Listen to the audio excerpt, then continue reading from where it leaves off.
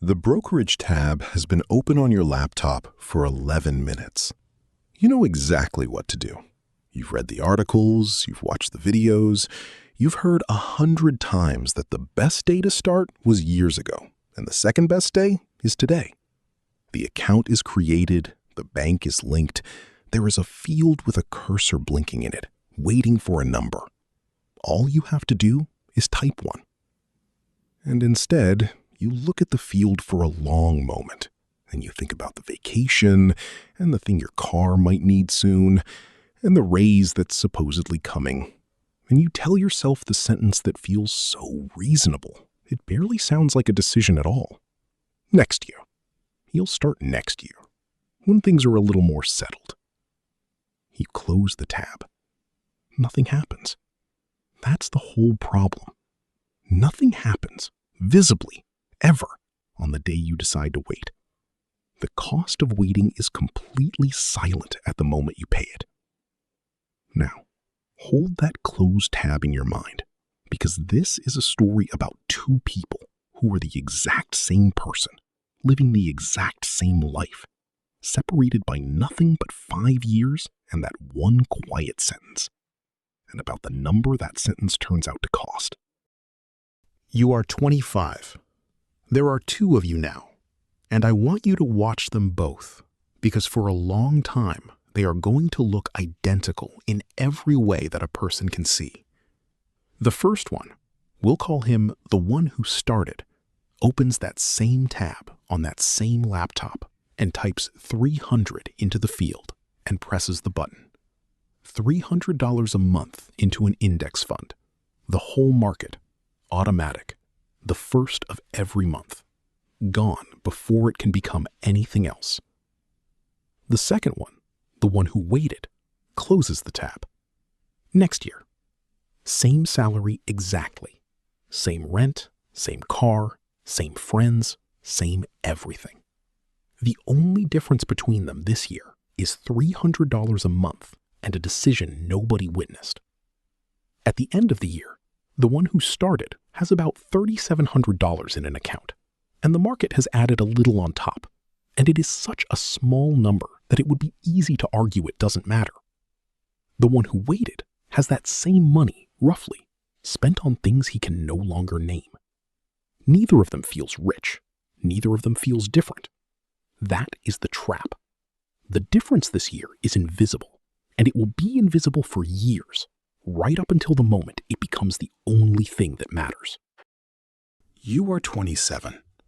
The one who started has stopped thinking about it entirely, which is the point. The transfer leaves, the balance grows, he doesn't watch it. His account is somewhere around $8,500 now. He has never once felt the 300 leave because it left before he could feel it, 24 times in a row. The one who waited has had, by any honest accounting, a completely fine 2 years. He traveled a little, he upgraded a couple of things, he was not reckless. If you laid their two lives side by side, you could not tell them apart from the outside, and even from the inside, the only difference is a number on a screen that one of them looks at occasionally, and the other one doesn't have yet. Remember this, because it is the reason the waiting feels so safe. Nothing about the waiting hurts while you are doing it. The bill for these years does not arrive for a very long time, and when it arrives all at once. You are 30. This is the year the one who waited finally starts. He opens the tab, he types 300 into the field, he presses the button, and he feels genuinely good about it. The way you feel good about finally going to the dentist. He is proud of herself, and he should be. And here is the part that is going to sound cruel, but is just arithmetic. He thinks he is only 5 years late. 5 years. It sounds like a rounding error against a whole working life. What's 5 years against 40? He does the mental math the way everyone does it, subtracting 5 from a big number and getting a slightly smaller big number. And he concludes he has plenty of time to catch up. He is wrong. And he is wrong in a way that will take his 20 years to fully see. Because the 5 years he skipped were not 5 years off the end. They were 5 years off the beginning. And the beginning is where the whole machine is built. The one who started has around $41,000 now. The one who waited has $300. They are the same person. They make the same money. The only thing that ever separated them was a sentence. You are 33, and there is a third person worth mentioning for just a moment, because you will meet him at every stage of this story whether you notice him or not. He is the coworker who has been going to say the same thing for years. Not next year, in his case. Soon. When the market feels safer. When he understands it better. When he has a bit more saved up to start with, which is its own kind of joke. Waiting until you have savings before you begin the thing that creates savings. He is 41, and he has been about to start since he was 26, and he is completely sincere every single time. And he will retire on almost nothing, while being the entire way one of the smartest and hardest working people either version of you knows. He is proof of the thing this whole video is trying to say quietly. The people who don't build wealth are usually not the people who couldn't. They are the people who kept deciding, reasonably, understandably, that the right moment was a little further ahead. The waiting is never one big refusal. It is 1,000 small, sensible postponements, each one costing nothing today, each one costing everything together. Both versions of you will spend your lives around people like him, and the only difference between you and him was never intelligence or income. It was a first of the month, years ago, when one of you typed a number and the other closed a tab. You are 35. Now the one who waited can see the gap, and seeing it does something to his heart. The one who started is sitting near 90,000. The one who waited, 5 years in, is around 35. The distance between them is $55,000, and for the first time, it is a number big enough to feel. So he does the thing that makes complete sense, the thing that should work, the thing that is the entire promise of hard work. He contributes more. He pushes his 300 to 500, then to 6. He earns a raise and sends most of it to the account. He is now putting in nearly double what the one who started puts in, month after month, gritting his teeth, catching up. And here is the reveal that breaks something in him when he finally understands it. He does not catch up. He contributes more than the other version of herself every single month for years, and the gap does not close. It barely slows. Because the one who started isn't racing on contributions anymore. His money is making its own money now, quietly, in the background, more each year. And no amount of extra effort from behind can outrun a head start that has started compounding. This is the cruelest sentence in all of personal finance, and almost nobody believes it until they live it. Effort does not beat time. A person working twice as hard, starting 5 years later, loses to a person who simply began. You are 40. The one who started crosses a line this year that the one who waited won't cross for a long time, and it isn't a dollar amount. It's a change in what the account is. His portfolio grows by more in a single year, on its own, from its own size, than he contributes to it by hand. He could stop adding money entirely, and it would keep climbing. He has become a passenger to his own wealth. The stove is still on, but the meal is cooking itself now. There is a specific evening that year where he opens the account for the first time in months, not to check it, just to update his password, and he notices almost by accident that it grew more since spring than he earns in a good quarter, and he closes the laptop and doesn't tell anyone, because who would he tell, and what would he even say? The one who waited is not there. He is still pushing, still contributing more than the other version does, still doing everything right, and he is further behind in absolute dollars than he was 5 years ago. Not because he did anything wrong, but because the gap itself is now compounding. When you are behind a machine that grows on its size, every year you spend catching up, it pulls further ahead. The distance is no longer a distance you can close by trying.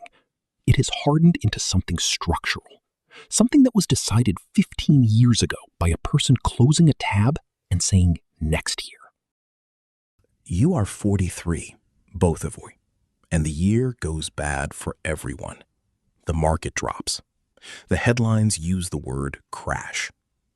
And here is where the two identical lives reveal how different they secretly became. The one who started watches his larger account fall by a third, and it is a frightening number. More paper money gone in a few weeks than he earned all year. But underneath the fear, there is a floor. He has a base so large that even a third of it leaves more than the other version has in total. He doesn't sell. He keeps the transfer running, buying while it's cheap, because he has been doing this for 18 years, and he has seen this before, and he has the runway to wait it out. The one who waited watches his smaller account fall by the same third, and it means something completely different. He is 13 years in, not 18. He is further from the start and closer to the end. The same percentage drop on a smaller base with less time to recover does not feel like weather. It feels like a verdict. And this is the hidden tax on the 5 years that no calculator shows you. It isn't only that he has less money, it's that he has less time to survive being wrong, less cushion to absorb a bad year, less room for the market to do what the market does. The person who started early didn't just buy more money. He bought the ability to be unbothered by exactly the years that terrify everyone else. You are 50, 25 years from that first blinking cursor. The one who started is sitting somewhere around $340,000. The one who waited, having contributed more per month for most of the last 15 years, having done everything the internet tells you to do, is around $190,000. The gap is $150,000, and it is still widening. And both of them are the same person, who made the same salary and paid the same rent and wanted the same things. The one who waited understands it fully now, the way you only understand some things far too late to use them. The 5 years he skipped at the beginning were not 5 years of contributions. They were 5 years of the earliest, most powerful, most irreplaceable growth. The 5 years that would have had the longest time to multiply. The 5 years every later dollar was quietly depending on. He didn't lose 5 years of savings.